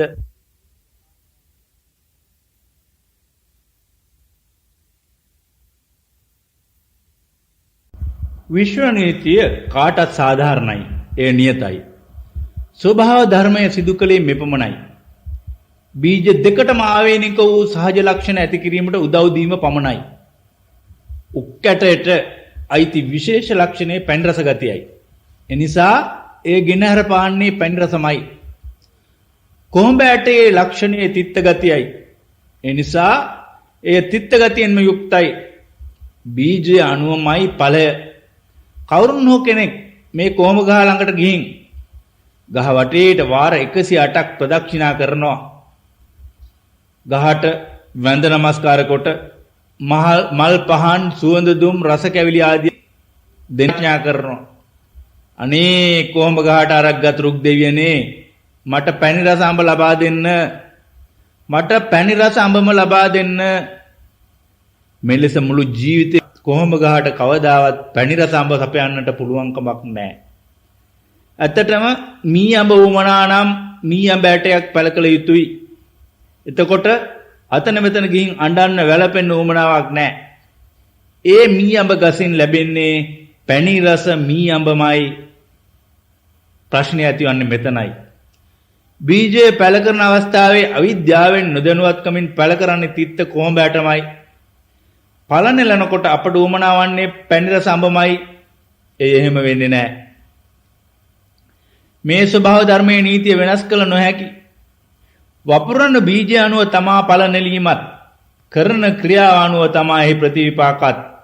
මෙම සත්‍යතාවය පිළිගන්නවා නම් ධර්ම මාර්ගයේ ඉදිරියට ගමන් කරන්න පුළුවන්. නැත්නම් ක්‍රියා කරන්නේ අඥාණයෙන්, මෝහයෙන් තමා තමාම රවටා ගන්නවා. තිත්ත කොහොඹ බීජ වපුරනවා වගේ අයහපත් ක්‍රියා කළාම මරණින් මතු මේවායේ ඵල විපාක ලැබෙයියි සිතන්නේ නැහැ. මේ බුදුරජාණන් වහන්සේ ජීවමානව වැඩ සිටි කාලයේ සිද්ධියක්. දිනක් එක්තරා තරුණයෙක් උන්වහන්සේ ළඟට අඬමින් වැළපෙමින් ආවා. ඇයි මොකද අඬන්නේ? බුදුරජුන් විචාරනවා. ස්වාමීනි, ඊයේ මගේ මහලු පියා මැරුණා. ඉතින් ඔහු මලා මොකද කරන්නේ? ඇඬුවට ඔබේ පියාට නැවත පණෙන්නේ නැහැ. අඬලා පළක් නැහැ. ඔව් ස්වාමීනි මට ඒක තේරෙනවා. ඇඬුවට ඔහුට නැවත පණින්නේ නැහැ. ඒ වුණත් භාග්‍යවතුන් වහන්සේ මම මෙතනට ආවේ වහන්සේගෙන් විශේෂ ඉල්ලීමක් කරන්න. මොකක්ද ඒ විශේෂ ඉල්ලීම? බුදුන් වහන්සේ අහනවා. ස්වාමීනි මගේ පියා වෙනුවෙන් මොකක් හරි කරන්න. මම මොනවද කරන්නේ ඔබේ පියා වෙනුවෙන්? අනේ ස්වාමීනි ඔබ වහන්සේට මොනවා හරි කරන්න පුළුවන්. මේ සාමාන්‍ය පූජකවරු ඒ අය යම් පුද පූජාවන් පැවැත්වූ විට සෙත් පැතුූ විට මරුණ තැනැත්තා දෙව්ලෝක උපත ලබනවා. ඔබ වහන්සේ වැනි මහා බල සම්පන්න උත්තමයෙක් යම් පුද පූජාවක් කළොත් පියාට සදා දිව්‍ය සැප විඳින්නට පුළුවන් වෙයි. ඒ නිසා අනේ ස්වාමීනි මොකක් හරි කරන්න. මෙවැනි අන්ධ විශ්වාසවල එල්බගත් විට තමා කරන දේ හෝ විශ්වාස කරන දේ ගැන විමසිලිමත් වන්නේ නැහැ. සිහි කල්පනාවෙන් ක්‍රියා කරන්නේ නැහැ. අඥාණයෙන් වෙලී සිටින මෙවැනි මෝඩ පුද්ගලයෙකුට ධර්මය අවබෝධ වන්නේ නැහැ. බුදුරජාන් වහන්සේ මෙවැනි පුද්ගලයින්ට ධර්මතා අවබෝධ කරවීමට නිසි උපක්‍රම යොදනවා. ඒ පුද්ගලයාට කඩපළට ගිහින් මැටි මුට්ටි දෙකක් මිලදී ගෙනෙන්නට අවවාද කළා. මිනිහා බොහෝම සතුටටපත් වුණා. බුදුහාමුදුරුවෝ මොකක් හරි පුද පූජාවක් කරන්නයි මේ හදන්නේ. මුට්ටි දෙක ගෙනාවා. දැන් එකක් වඳුරු වලින් පුරවන්න. පෙරෙව්වා. අනිත් එක ගල්කට දාලා පුරවන්න. ඒකත් කළා. දැන් ඔය මුට්ටි දෙකේ කටවල් හොඳට තද කර වසා බඳින්න. ඒකත් කළා.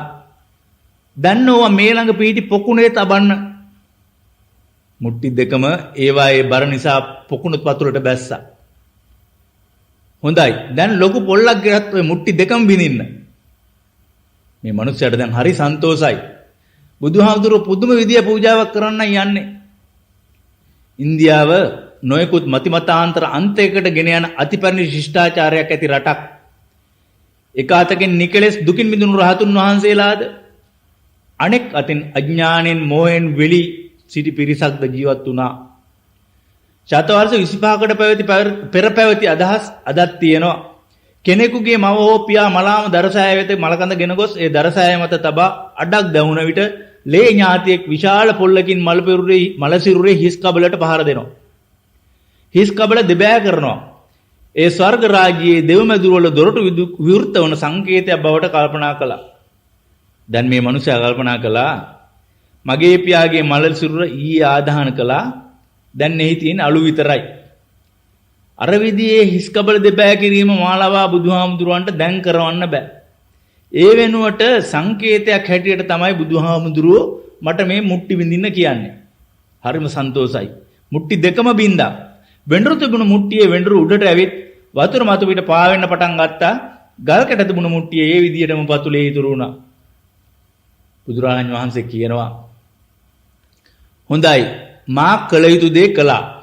දැන් ඔබේ පූජකවරුන් යහළුවන් සියලු දෙනාම මෙතනට කැඳවන්න. ඇවිත් ඒ අයට මෙසේ යාතිකා කරන්න කියන්න. අනේ ගල් කැට උඩ උඩට පාවෙත්වා මේ වෙඬරුසේ එළම පතුරට කිඳා බසිත්වා. එතකොට මර තරුණයා කියනවා ස්වාමීනි ඔබ වහන්සේ විහිළු කරනවද? ඒක වෙන්න බෑනේ. ගල් කැට වතුරට වඩා බර නිසා පත්ලියේම රැඳී තියෙනවා. ඒවට වතුරේ පාවෙන්න බෑ. මේ ස්වභාව ධර්මයයි. වෙඬරු වතුරට වඩා බරින් අඩුයි. වෙඬරු වතුරට වඩා බරින් අඩුයි. ඒවා වතුර මත පාවෙනවා පතුලට යන්නේ නැහැ. ස්වභාව ධර්මයයි. තරුණය ඔබට ස්වභාව ධර්මය ගැන කොච්චර දැනුමක් තියෙනවද? ඒ වුණාට ඔබ ස්වභාව ධර්මයේ විශ්ව නීතිය හරියටියට තේරුම් ගන්න බලන්නේ නැහැ. ඔබේ පියා ජීවිත සිටියේදී ගල් කැට වගේ රළු අයහපත් ක්‍රියාවන් කළා නම් අපාගත විය යුතුයි. ඔහුව ඒ පහත් තත්වෙන් මුදවා ගන්නට කාටවත් බෑ. එහෙම නැතුව ඒ තනත්තා වෙඬරු වගේ යහපත් ක්‍රියා කළා නම් සුගතිගාමි වෙනවා. දෙපැයින් ඇදදමාවත් පහත් උපතකට හෙලන්න කිසිවෙකුටවත් බෑ. ඒ වුණාට මෙම සත්‍යතාවයන් තේරුම් ගන්න අපි උත්සාහ කරන්නේ නැහැ. අන්ධ භක්තියෙන් කරන පූජාවල් නිසා මිනිසු රැවටෙනවා. කවුරු හරි මට පිට එහෙම සිතමින් පුජ්‍යලීන් Tamanගේ ක්‍රියාවන් නිවැරදි කරගන්නේ නැහැ. තම වැරදි තේරුම්ගෙන ඒවා නිදොස් කරගන්නේ නැහැ. ස්වභාව ධර්මයේ නීතිය අනුව දැහැමි ජීවිතයක් ගත කරන්නේ නැහැ. මෙසේ මෙලොවත් පරලොවත් දෙකේම දුක් විඳිනවා. ස්වභාව ධර්මයේ නීතිය හඳුනාගෙන ඒ අනුව ජීවිතේ හැඩගස්වා ගත්තොත් අසහනය අඩු කර ගන්නට පුළුවන්. බීජය අනුවමයි ඵලය හටගන්නේ. ක්‍රියාව අනුවමයි ප්‍රතිවිපාක ලැබෙන්නේ. Tamangen සිදුවන ක්‍රියාවන් ගැන ප්‍රවේසම්වන් වඩාත් විමසිලිමත් විය යුත්තේ කුමන ක්‍රියාවන් ගැනද? සාමාන්‍ය ජීවිතයේදී වඩාත් වැදගත්යයි සිතන්නේ කායික ක්‍රියා. වචනයෙන් වන ක්‍රියා ඊතරම් වැදගත් මානසික ක්‍රියා ගැනද ඉතාම අඩුයි. ඒ තුල ඇති සත්‍යතාවයේ ගවේෂණය කරන විට ස්වභාව ධර්මයේ නීතිය කුමක්දයි අවබෝධ වෙනවා. වඩාත් වැදගත් වන්නේ මානසික ක්‍රියා බව වැටහෙනවා. කයින්හා වචනෙන් කරන ක්‍රියා නොවේයි. කෙනෙක් තම සිතිවිලි ගැන නිතරම විමසිලිවන්ත වෙනවා නම් කයින්හා වචනෙන් කරන ක්‍රියා අයහපත් වීමට ඉඩක් නැහැ. මක්නිසාද හැම ක්‍රියාවකටම මුල් වන්නේ සිතයි. යම් සිතිවිල්ලක් වඩාත් බලපවත්වන විට ඒ වචනයට හැරෙනවා. සිතිවිල්ල තව තවත් බලවත් වන විට ක්‍රියාකාරී මට්ටමට හැරෙනවා. ඒ නිසා මානසික සිතිවිලි ඊටාම වැදගත් වෙනවා. උදාහරණයක් මට කවුරු හරි නුරුස්සන පුජ්‍යලයක් හමු වුණා. මේ පුජ්‍යලයා දුටු මොහොතේ සිට තරහ, ද්වේෂ, අකමැත්ත, ක්‍රෝධය ඇති වෙනවා. මේ தત્ත්වය වැඩි වෙවි යන විට වාචසික ක්‍රියාවන්ට හැරෙනවා. ඔහුට බනිනවා, කෑ ගහනවා. එය අකුසල් වාචසික ක්‍රියාවක්. ක්‍රෝධ සිතිවිල්ල තව තවත් වැඩි වෙන විට කායික ක්‍රියාවක යෙදෙනවා, කම්මුල් පාරක් දෙනවා, පීයක් තිබුණොත් කපා කොටා මරනවා. මේ අකුසල් කායික ක්‍රියාවක්. මෙසේ අකුසල් වාචසික හා කායික ක්‍රියාවල් වලින් පෙන්눔 කරන්නේ සිතෙහි දූෂිත භාවයයි. කුසල ක්‍රියාවක් සිදු කරන්නේත් මෙලෙසමයි. යම් අසනන තත්වයකට පත් වෙලා සිටින පුජ්‍යලයක් දකිනවා. ඔහු කෙරෙහි හිතේ මෛත්‍රිය, කරුණාව, දයානුකම්පාව ඇති වෙනවා. එවැනි සිතිවිලි බලවත් වන විට ඔහුට කරුණාවෙන් කතා කරනවා, හිත සනසනවා. මේ යහපත් වාචසික ක්‍රියාවක්. ඒ යහපත් සිතිවිලි තව තවත් දියුණු වන විට ඒ ක්‍රියාවට යොදවනවා. ඔහුට යම් උදව්වක් කරනවා. මේ කායික කුසල ක්‍රියාවක්. මෙවැනි වාචසික හා කායික ක්‍රියාවලින් පෙන්눔 කරන්නේ කුසලයට යොමු වන පිරිසිදු සිතක්. කයින් හා වචනයෙන් කරන සෑම ක්‍රියාවකින්ම පෙන්눔 කරන්නේ සිතක යහපත් වූ අයහපත් තත්වයක්. ශරීරයේ යතහ තත්වය වටහා ගන්න විට මේ සත්‍යතාවය වඩාත් පැහැදිලි වෙනවා. උදාහරණයක් යම් කෙනෙක් මුදල් හා රත්රන් බඩු ආදිය රැගෙන කැලේ පාරක තනියම යනවා. අනිත් පැත්තෙන් මංකොල්ලකාරයෙක් මේ දෙසට එනවා. ඒ තනත්තා ළඟ විශාල මුදලක්ද වටිනා බඩු භාණ්ඩද තිබෙන බව මංකොල්ලකාරයාට දැනෙනවා. ඔහු ඒවාට ගිජු වී අර තනත්තාට තරජනය කොට ඉල්ලනවා. ඒ ඔහුට එකඟ නොවන විට සොරදෙටුව කෝපයෙන් තම අත තිබූ පිහියෙන් ඔහුගේ බඩට අනිනවා. ඒ පිහිපාරින් මිනිහා මරණයටපත් වෙනවා. තවත් සිද්ධියක්. කෙනෙකුට බඩේ පිළිකාවක් හැදෙනවා. දොස්තර මහත්තයා ඔහුව සුවපත් කරන්න නොඑක් මහන්සි ගන්නවා. බැරිම තැන දොස්තර මහත්තයා කියනවා දැන් මට කරන්න තියෙන්නේ ඔබේ බඩ සත්කමකට භාජනය කරන්නයි. එවිට ඔබේ ජීවිතයේ සමහර විට බේරෙයි. ලෙඩා කියනවා කමක් නැහැ මොනවා හරි කරන්න දොස්තර මහත්තයෝ. රෝහලේදී දොස්තර මහතා සත්කමට උපයෝගී කරගන්නා පිහියෙන් ලෙඩාගේ බඩ කපා සත්කම පටන් ගන්නවා. අවාසනාවකට ඒ මොහොතේදී ලෙඩා මරණයටපත් වෙනවා. මංකොල්ලකාරයාත් දොස්තර මහතාත් කායික මට්ටමින් කළේ එකම ක්‍රියාවයි. ස්වභාව ධර්මයේ න්‍යාය අනුව මේ සමාන කායික ක්‍රියාවෙන් දෙදෙනාටම ලැබෙන ඵල විපාක එක හා සමානද? ඒසේ නොවේ. වැදගත් වන්නේ ක්‍රියාවට මුල් වූ සිතයි. මංකොල්ලකාරයාට තිබුණේ දරුණු හිංසාකාරී ක්‍රෝධ සිතක්. දොස්තර මහතා ඒ ක්‍රියාව කළේ ලෙඩාව සුවපත් කරගන්න අදහසින්. ස්වභාව ධර්මයේ න්‍යාය අනුව ඵලය ඇතිවන්නේ හිතේ හැටගත් චේතනාව මුල් කරගෙනයි. තවත් උදාහරණයක්. යමෙකුට නුරුස්සන කෙනෙක් මුණ ගැහෙන විට හිතේ තරහක් ඇති වෙනවා. ඒ පුජ්‍යලයාට බනිනවා, කෑ ගහනවා, නොයෙකුත් භාෂා විලාස අනුව යමෙකුට බැනීමට යොදන වචන වෙනස් වෙනවා. අපි හිතමු ගොන් තඩියා, බූරුවා, මෝඩයා යන වචන යොදනවා කියා. තවත් සිද්ධියක්. තම සුරතල් මුණුබුරා මිදුලේ සෙල්ලම් කොට අලුත් ඇඳුම් වල මඩ තවරාගෙන දුවගෙන එනවා. එවිටත් එවැනිම වචන යොදනවා ඌරා, බූරුවා, මෝඩයා කියා කෑ ගහනවා. අවස්ථා දෙකේදීම එක හා සමාන වචන පාවිච්චි කරනවා. එනමුත් හිතේ ඇති වූ චේතනාව හාත්පසින්ම වෙනස්. පළමුවන අවස්ථාවේදී ඇති වූයේ ක්‍රෝධ සිතිවිලි, දෙවැනි අවස්ථාවේ ඇති වූයේ ක්‍රෝධයෙන් තොර ආදරබර හැඟීම්. වැදගත් වන්නේ චේතනාව මිස ක්‍රියාව හා වචනය නොවේ. බොහෝ විට හිතේ හට ගන්නා සිතුවිලි ගැන නොතකා වචන සහ ක්‍රියාවන් යහපත් කරගන්නට මුල් උත්සාහ ගන්නවා. එසේ කරන විට සිතෙහි ගැබ්ව ඇති අකුසල් මුල් උපුටා දැමීමක් වන්නේ නැහැ. එවිට කෙරෙන්නේ අකුසල් ක්‍රියාමයි සිත අසහනෙන් පීඩණයෙන් මිදීමක් නැහැ. ධම්මපදයේ මුල් ගාථාව මෙයයි. මනෝ පුබ්බංගමා ධම්මා මනෝ සෙට්ඨා මනෝමයා. මේ අර්ථය නම් සෑම දෙයකටම පෙරටුවන්නේ සිතයි. සෑම ක්‍රියාවක්ම ආරම්භන්නේ සිතෙන්. ඉන්පසු ඒ වාචසික හා කායික ක්‍රියාවලට හැරේ. මේ නිසායි හිත නැත්නම් මනස ඊතරම් වැදගත් වන්නේ. මනෝ සෙට්ඨා මනස ඊතා ශ්‍රේෂ්ඨයි. මනෝමයා යනු යම් ප්‍රියජනක යහපත් වූ අයහපත් දෙයක් ජීවිතයේ අත්දකින්නේ නම් ඒ වෙන කිසිවකින් නොව සිතින්ම සිදු කර ගන්නා දෙයක ප්‍රතිඵලයක්.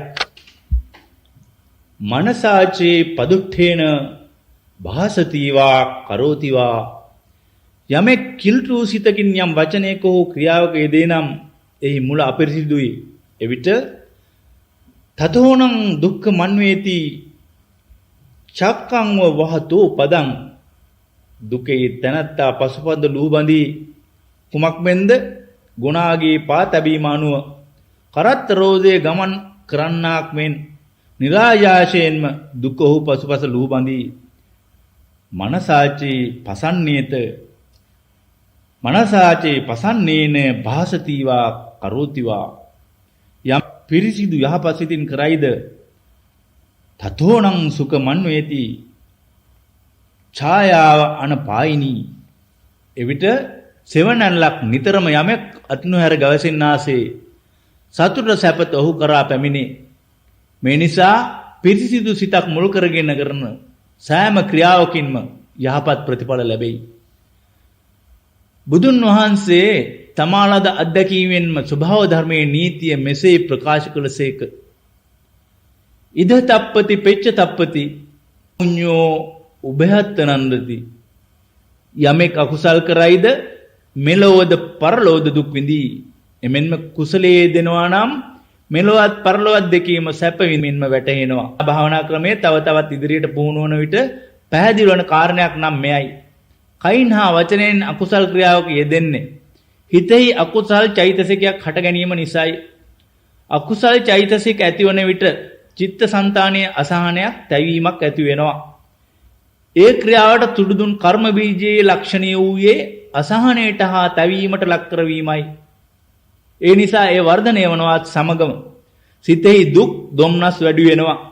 කර්ම බීජයක් සංඛාරයක් ඇති කරන අවස්ථාවේදී සිතෙහි ක්‍රෝධය, තරහ, ද්වේෂ ආදී අකුසල් මුල් ඇති වූහොත් දැනෙන ශරීර සංවේදනා අප්‍රිය ජනක වේ. සිතෙහි ගැඹුරුම මට්ටමේ සුපුරුදු හැසිරීම් රටාව අනුව මේ දැනෙන සංවේදනා වලට ප්‍රතිචාර දක්වයි. එවිට තරහ, ද්වේෂ, ක්‍රෝධ ආදී සිතිවිලි බලවත් වෙයි. ක්‍රමක්‍රමයෙන් වැඩි වී ඒ සිතේ පුරුද්දකටපත් වෙයි. අප්‍රිය ජනක සංවේදනා නිසා සිතේ ද්වේෂ සහගත සිතිවිලි ඇති වෙනවා. ද්වේෂ සහගත සිතිවිලි නිසා අප්‍රිය ජනක සංවේදනා ඇති වෙනවා. හිතේ පුරුද්ද වඩ වඩාත් තහවුරු වී ඉමක් පොණක් නැති අසහනකාරී ක්‍රියාවලියකටපත් වෙනවා. මෙලෙසින් මෙලොවත් පරලොවත් දුක් විඳී. යහපත් ක්‍රියාවක යෙදෙන විටද ස්වභාව ධර්මයේ නීතිය එලෙසම බලපායි. කුසල ක්‍රියාවකට මුල් වන්නේ කරුණාව, මෛත්‍රිය, දයානුකම්පාව ආදී කුසල් චෛතසිකයන්.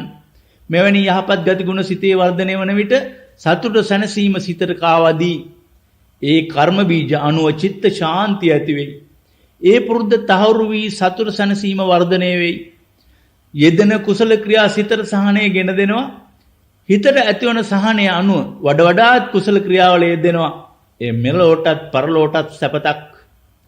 සුඛ හෝ දුක විපාක ඇතිවන්නේ පිටස්තර බලවේගයන් නිසා නෙවෙයි. මේ ධර්ම න්‍යායක්.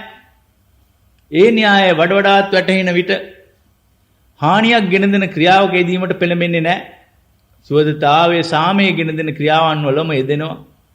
ධර්මයේ සත්‍යතාවය සම්පූර්ණයෙන්ම වැටහෙන්නේ ශරීර සංවේදනා නිරීක්ෂණය කරමින් සිත ඕලාරික මට්ටමේ සිට සියුම් මට්ටමට යොමු කරවීමෙන් මේ අත්දැකීමෙන් මට්ටමින් වටහා ගත යුතුයි. හිතේ හට ගන්නා සිතිවිලි පිළිබඳව සුපරීක්ෂාකාරී වන්ට ඕන. මනසද ඒ ක්‍රියා කරන අන්දමද වටහා ගන්නේ නැත්නම් සිතේ ගති පැවතුම්ද තේරුම් ගන්නට බෑ. විපස්සනා භාවනාවේ යෙදීමේදී හිස සිට පාද තෙක් සිහිය යොමු කරවීමෙන් කය පිළිබඳ සත්‍යතාවයේ පමණක් නොව සිත පිළිබඳ සත්‍යතාවයේද වැටහෙනවා. භාවනාව තවදුරටත් ප්‍රගුණ කරන විට නාම රූප ක්‍රියාවලිය වඩාත් පැහැදිලි වෙනවා. රූප පරමාර්ථය මෙන්ම චිත්ත හා චෛතසික පරමාර්ථයන්ද මුළුමනින්ම සර්වඥතා ඥාණයට අවබෝධ වුණා. අභිධර්ම පිටකයේ මේ සියල්ල විග්‍රහ කර තිබෙනවා. මේ අවස්ථාවේදී සිතෙහි ප්‍රධාන කොටස් මොනවාදයි සලකා ඒවායේ ක්‍රියාකාරීත්වය වටහා ගමු. ඉදිරියට භාවනාව තුළින්ම මේවා පිළිබඳව වැටහීමක් ඇති වේවි. සිතේ එක් වැදගත් අංශයක් නම් විඥානයයි. ඇස, කන, නාසය, දිව, ශරීරය යන මේ ඉන්ද්‍රියයන් ප්‍රාණවත් වන්නේ විඥානය ආශ්‍රයෙන්. පංච ඉන්ද්‍රියයන් ක්‍රියාත්මක වන්නේ ඒ විඥානයේ සමග ස්පර්ශයක් ඇතිවොත් පමණයි. කෙනෙක් කියනවා මගේ ඇස් පෙනීමේ කිසි වරදක් නැහැ. ඒත් ඔය ආවා කියන කෙනා මම නම් දැක්කේ නැහැ. මගේ කන හොඳට ඇහෙනවා. කවුදෝ කෙනෙක් මගේ නම කියලා කතා කළාලු. ඒත් මට නම් මේක ඇහුනේ නැහැ. මේ විදිහේ දේවල් අපේ එදිනදා ජීවිතේ ඕන තරම් සිද්ධ වෙනවා. කොහොමද මේ දේ සිදු වෙන්නේ? ඉතා මිහිරි සංගීතයක් අසමින් සිටින අය සිතමු. එවිට අපේ විඥානයේ සම්පූර්ණයෙන්ම යොමු වී ඇත්තේ සෝතද්්වාරය වෙතයි. මේ අවස්ථාවේ ඇස ඉදිරිපට යමක් යොමුවත් ඒ පෙනෙන්නේ නැහැ. එලෙස මුළු අවධානය ඇස කෙරෙහි පවතිනවායි සිතමු. ඉතා ලස්සන දෙයක් දෙස බලමින් සිටිනවා නම් හෝ සිතේ අවධානය කියවන පොතක් දෙස තදින් යොමු වී පවතිනවා නම් ශබ්දයක් ඇසුණාට ඒ හිතට වැටෙන්නේ නැහැ. හරියට කන ඇසෙන්නේ නැතුවා වගේ. විඥානයේ සමග ස්පර්ශය සිදු වීට පමණයි මේ පංචේන්ද්‍රයන් හරියට ක්‍රියාත්මක වන්නේ. එක් එක් ඉන්ද්‍රිය ద్వාරයට යොමු වූ විඥානකයක් සමග අරමුණු ස්පර්ශ වූ විට අරමුණ පිළිබඳ දැනීමක් ඇති වෙනවා. ඒ සමගම මනසේ තවත් කොටසක් වන සංඥාව ක්‍රියාත්මක වන්නට පටන් ගන්නවා.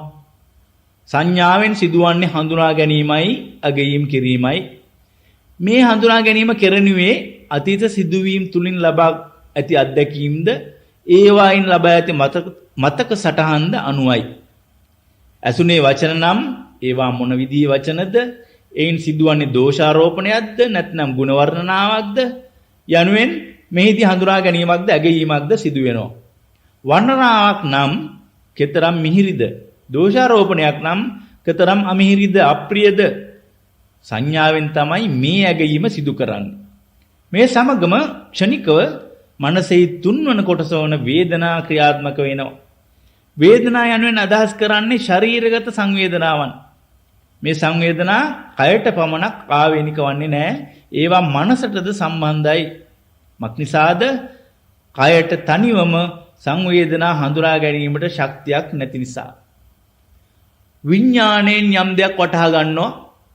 ශබ්දයක් කනට ගැටීම නිසා දැනීමක් ඇති වූවයි සිතමු. සංඥාවෙන් ඒ ශබ්දය කවර විදිහේ එකක්ද, ඒ ප්‍රියජනකද අප්‍රියජනකද කියා අගීමක් කරනවා. යම් ඉන්ද්‍රිය ద్వාරයක් සමග බාහිර අරමුණක් ස්පර්ශ වන මොහොතේදීම යම් වේදනාවක් ඇති වෙනවා. සංඥාව මගින් අරමුණ පිළිබඳ ඇගීමක් කළ වහාම ශරීරයේ ඇති වූ සංවේදනා වෙනස් වෙනවා.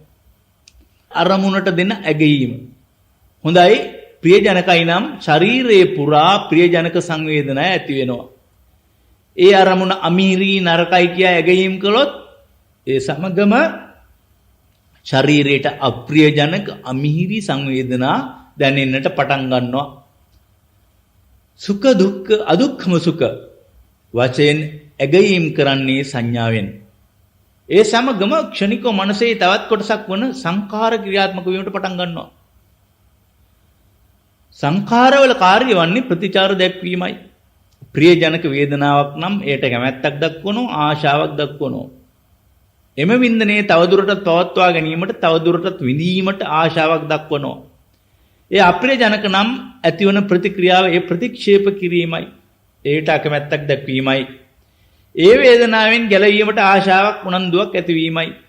මෙසේ සංඛාර ගොඩනැගීම හෙවත් ඇලීමෙන් ගැටීමෙන් ප්‍රතිචාර දැක්වීම නිසා කර්ම විපාක ගෙන දෙනවා.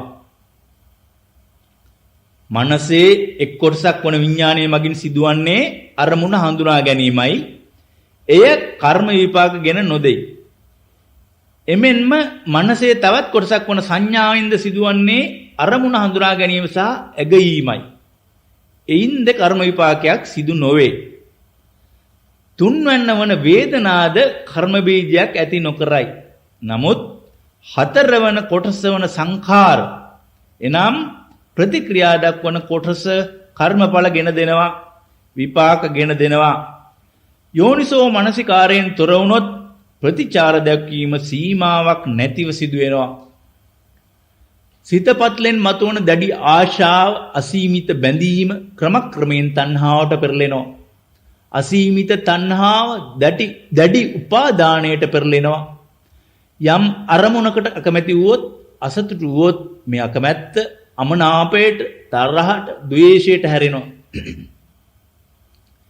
සිතේ ගොඩනැති ගැසෙන මෙවැනි සංඛාර කර්මඵල ගෙන දෙනවා.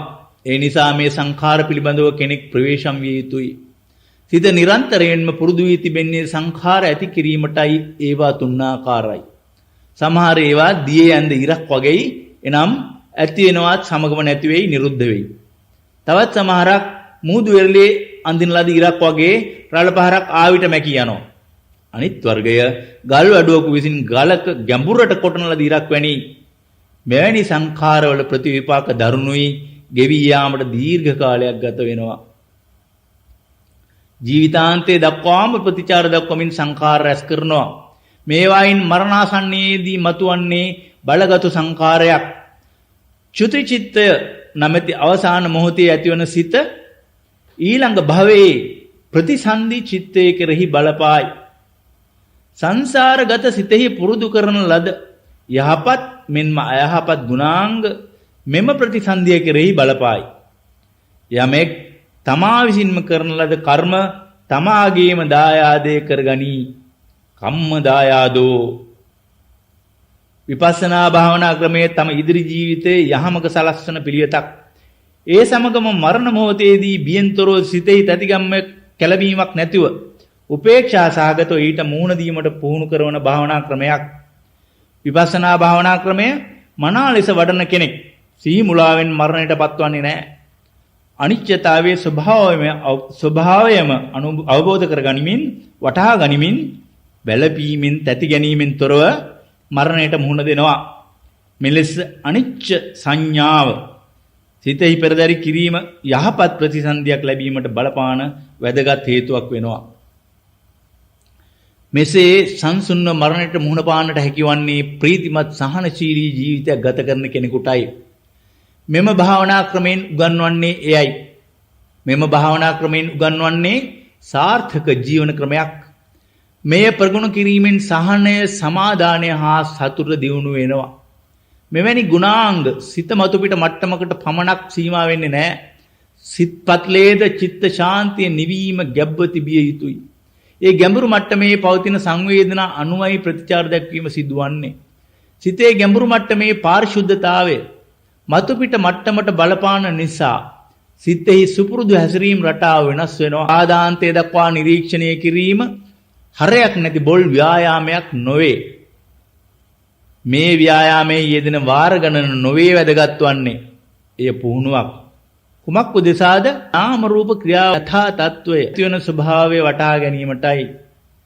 අනිච්චතා ඥානය තහවුරු කිරීම නිවනට තුඩු දීමක්. මේ ක්‍රමයෙන් ශරීර සංවේදනාවලට වැදගත් තැනක් දෙයි. සිතෙහි මතුපිට තත්වය හා ගැඹුරු මට්ටමේ තත්වයන් අතර විශාල පරතරයක් තියෙනවා. සිතෙහි මතුපිට මට්ටම නොදැනුවත්වම ගැඹුරු මට්ටමින් තමයි ශරීර සංවේදනා කෙරෙහි ප්‍රතිචාර දක්වන්නේ. සංවේදනා උපේක්ෂා සහගතව නිරීක්ෂණය කිරීමෙන් ප්‍රතිචාර නොදක්වන තරමට සිතෙහි මෙම පරතරය ක්‍රමයෙන් අඩු වී යනවා. පොත්පත් වලින් ලැබෙන දැනුමෙන් හා පුද පූජා වලින් ලැබෙන සැනසුමෙන් සිතෙහි එක්තරා ප්‍රමාණයකට උපේක්ෂාව පුහුණු කරන්නට පුළුවන්. නමුත් මේ ආකාර හික්මීම සිතෙහි ගැඹුරුම පත්ලට බලපාන්නේ නැහැ. සිතෙහි අනුශය කෙලෙස් පවතින ගැඹුරුම මට්ටමේ සුපුරුදු රටාව වෙනස් කළ යුතුය. මෙවැනි චිත්ත පාරිශුද්ධියක් ඇතිවන්නේ ශාරීරික සංවේදනාවලට ප්‍රතිචාර නොදක්වා උපේක්ෂා සහගත වීමෙනුයි. සිතෙහි ගැබ්ව ඇති අනුශය කෙලෙස් පහ කිරීමෙන් අසහනයෙන් මිදීමෙන්මයි විමුක්තිය ලබාගත හැකි වන්නේ. සර්වඥතා ඥාණයට අවබෝධ වූයේ මෙම සත්‍යතාවයයි. මෙම භාවනා ක්‍රමයේ වැදගත් ලක්ෂණයක් නම් ශරීරගත ක්‍රියාවලිය පිළිබඳව නිරන්තරයෙන්ම අවධානයෙන් සිටීමයි, සිහිය යොමු කිරීමයි. මතුවන ශරීර සංවේදනා කෙරෙහි අවධානය යොමු කිරීමෙනුයි මේ දැනුම ඇතිවන්නේ. සිතෙහි මතුපිට තත්වයේ මෙන්ම ගැඹුරු පත්ලේ තත්වයේද මේ අනුවම වැටහේ. තවත් වැදගත් අංගයක් නම් දැනෙන ඕනෑම සංවේදනාවකට ප්‍රතිචාර නොදක්වා උපේක්ෂා සහගතව සිටීමෙන් සිතෙහි සුපුරුදු රටාව වන ප්‍රතිචාර දැක්වීම වෙනස් කිරීමයි. මේ ප්‍රතිචාර නොදක්වීමේ හැකියාව එකෙනෙහිම සිදුවන දෙයක් නොවේ. ටිකෙන් ටික ඉවසිලිවන්තව පුහුණු වීමෙන් ඕනෑම සංවේදනාවක් හමුවේ අනිච්ච සංඥාව වටහා ගැනීමෙන් භාවනාව දියුණු කරගන්නට පුළුවන්. බොහෝ විට අප්‍රියජනක සංවේදනාවලට ප්‍රතික්‍රියා දැක්වීමට බලයි. එනමුත් කොයි සංවේදනාවක දැනීම ඇතිවුවත් ඒ සියල්ල සදාකාලික නෑ, නිට්ටය නෑ.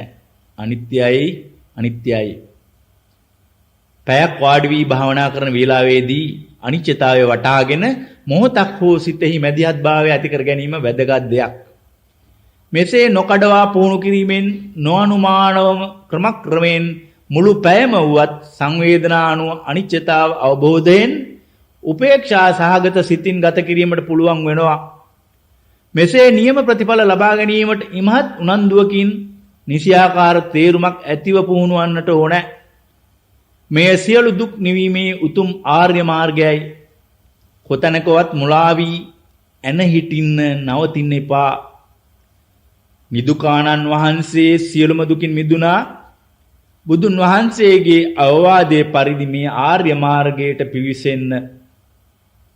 සීල සමාධි ප්‍රඥාව පදනම් වන ඒ උතුම් ආර්ය මාර්ගයේ නිර්මල භාවයේ සුරකින්න. මේ මාර්ගයේ ගමන් කළ කෝටි සංඛ්‍යාත අය දුකින් මිදී ඇත. ඔබ සියලු දෙනාම දුකින් මිදීමේ ප්‍රාර්ථනාව පෙරදරි කරගෙන දෙන උපදෙස් අනුවම භාවනාවේ යෙදෙන්න.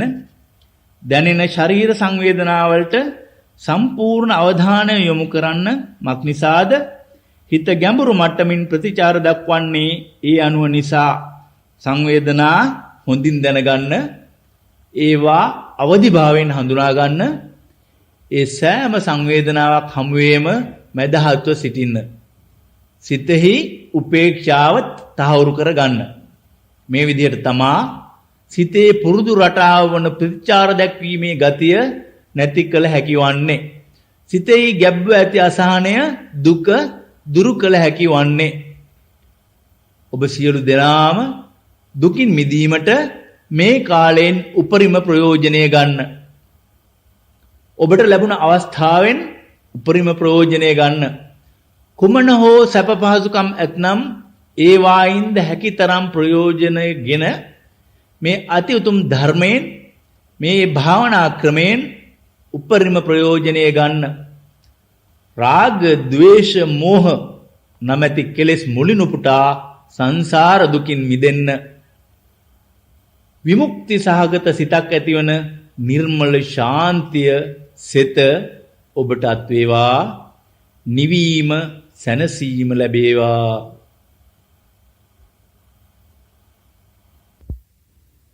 Boo.